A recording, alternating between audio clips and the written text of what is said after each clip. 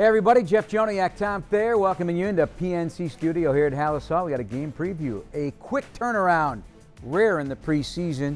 Usually if you played 4 games, that last one was always on a Thursday before cut-down day on the weekend, but short turnaround and a long trip, 3,432 miles to Seattle by air, Tom. The longest trip the Bears have taken in the preseason in 9 years.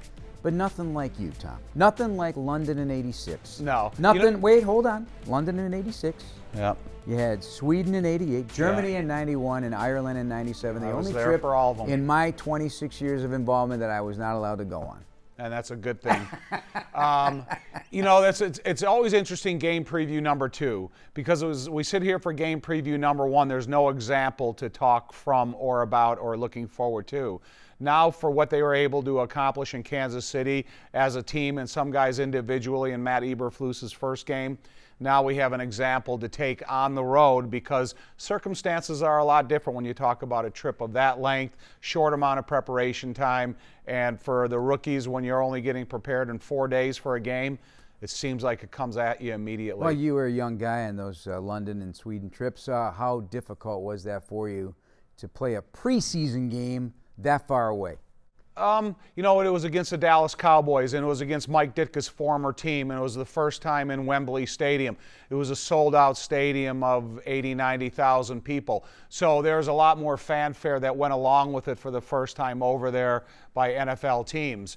This is a little different because Seattle gets great support. Oh, yeah. And I think it'll be interesting to put the Bears on a team plane, travel out there, and take care of business. All right, it's a staircase. This whole thing's a staircase. Keep taking steps. So for Justin Fields, 18 snaps, got some good reviews, some things he needs to improve on, as Luke Getsy eloquently pointed out this week. But this is another possibility. More guys should be healthy to play, too, for him. Yeah, that's the thing about it. More guys should be healthy to play. However, you don't have an example of playing with them last week, so you can't capitalize on what you did well last week and bring it forward to a couple guys that are going to be in the lineup.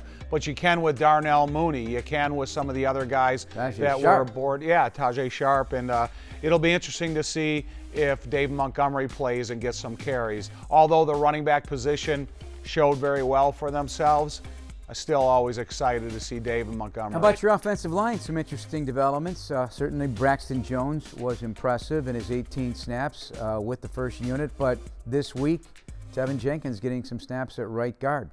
I said that 2.5 months ago, that he should possibly get a look-see over at the right guard position.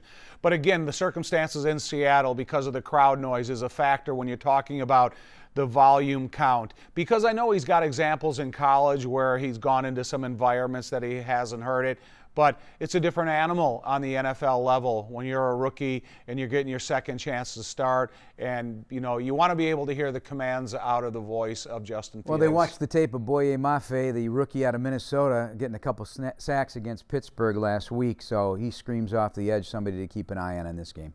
They're fast.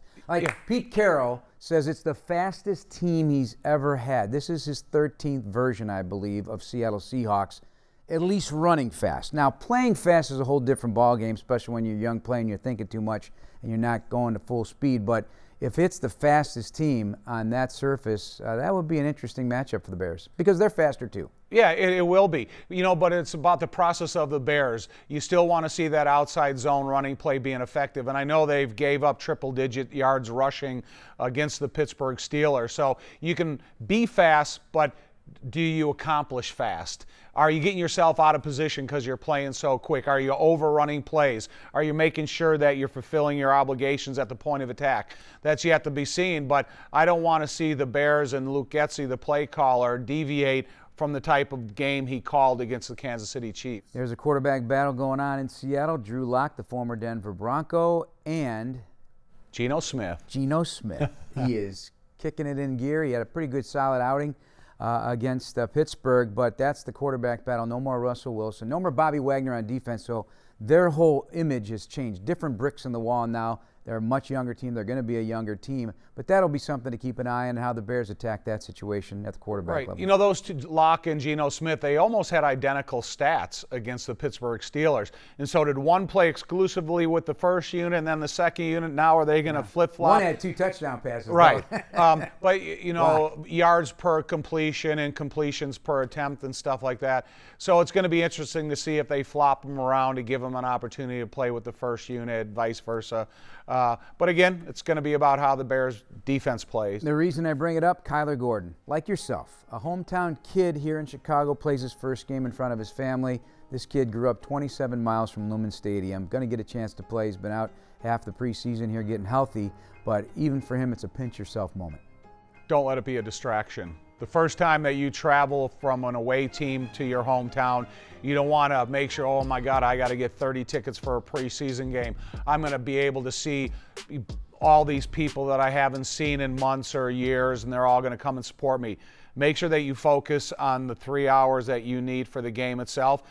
You know, say hi to him before the game, say hi to him after the game, but during the game, concentrate. He's a critical piece for the Bears in 2022. Can play both inside nickel and outside corner, so looking forward to see him play. Just like we enjoyed Jaquan Brisker last week, the physicality he brought, the emotion for the game. That's going to make a big difference in the Bears secondary. That's going to wrap us up. Hope you enjoy the broadcast. We're on the air starting at 6 o'clock. Our pregame coverage on WBBM, kickoff at 7. For Tom Thayer, I'm Jeff Joniak. Thanks for watching, everybody.